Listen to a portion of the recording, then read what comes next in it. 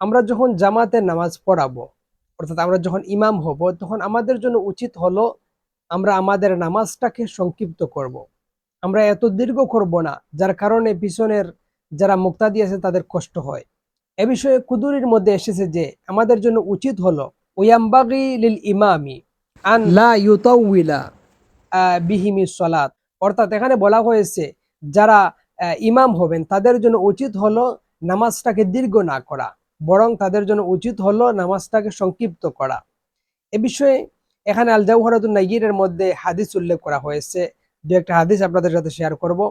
যেমন যেটা সহিহ বুখারীর একটা হাদিস আছে, বলা হয়েছে যে রাসূল সাল্লাল্লাহু আলাইহি ওয়াসাল্লাম একটা লম্বা হাদিসের শেষে বলেছেন যে ফামান সাল্লা বিন নাসি ফাল ইউখাফিফ।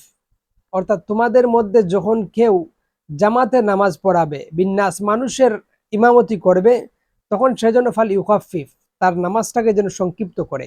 কেননা তার পিছনে মারিদ অসুস্থ, তার পিছনে দুর্বল ব্যক্তি, তার পিছনে হাজতওয়ালা ব্যক্তি থাকবে। এজন্য রাসূলুল্লাহ বলেছেন যখন কেউ মানুষের ইমামতি করবে জামাতের, তখন সে যেন তার নামাজটাকে সংক্ষিপ্ত করে, খাটো করে। আরেকটা হাদিস এখানে উল্লেখ করা হয়েছে, হাদিসটাতে এখানে এশার কথা বলা হয়েছে, আরো বিভিন্ন হাদিসের মধ্যে ফজরের কথা বলা হয়েছে। একবার হযরত মুআজ রাদিয়াল্লাহু তাআলা আনহু তিনি উনার গোত্রের কিছু মানুষকে নিয়ে সলাতুল আইশা অর্থাৎ এশার নামাজ তিনি আদায় করলেন। তো এই সময় তিনি কি করলেন, এমন লম্বা সূরা তিনি বেছে নিলেন যেটা হচ্ছে বিসূরাতিল বাকারা। তিনি সূরা বাকারা পড়া শুরু করলেন। তখন উনার পিছনের এক ব্যক্তি সে বাকারা পড়াটি শুনে সে নামাজ থেকে বের হয়ে সে একা একা নামাজ আদায় করলো। তো এটা যখন মুআজ রাদিয়াল্লাহু তাআলা আনহু তিনি নামাজ শেষে দেখলেন, দেখার পর বললেন যে ওই ব্যক্তিটি হচ্ছে ইন্নাহু মুনাফিকুন, ওই ব্যক্তিটা হচ্ছে মুনাফিক। এটা বলেন মুআজ রাদিয়াল্লাহু তাআলা আনহু, কেননা সে জামাত ছেড়ে একা নামাজ আদায় করছে।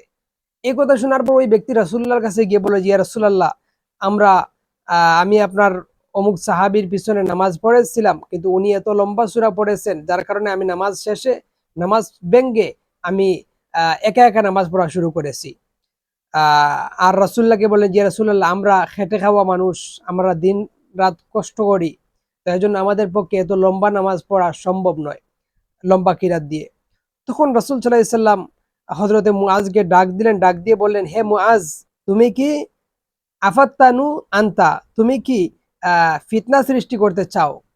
এই কথাটি রাসূলুল্লাহ তিনবার হযরত মুআজকে বললেন, তুমি কি ফিতনা সৃষ্টি করতে চাও, তুমি কি ফিতনা সৃষ্টি করতে চাও? তো এজন্য ইমাম যারা আছেন তাদের জন্য উচিত হলো যখন জামাতে নামাজ পড়াবেন তখন জামাতটাকে সংক্ষিপ্ত করা, এটা রাসূলুল্লাহর আদেশ। তবে এখানে আরেকটা বিষয় আমাদেরকে খেয়াল করলে হবে যে আমাদের যাদেরকে নিয়ে জামাত পড়াবো তাদের অবস্থা বুঝে আমরা সংক্ষিপ্ত বা একটু লম্বা করতে পারি, এতে কোনো অসুবিধা নাই।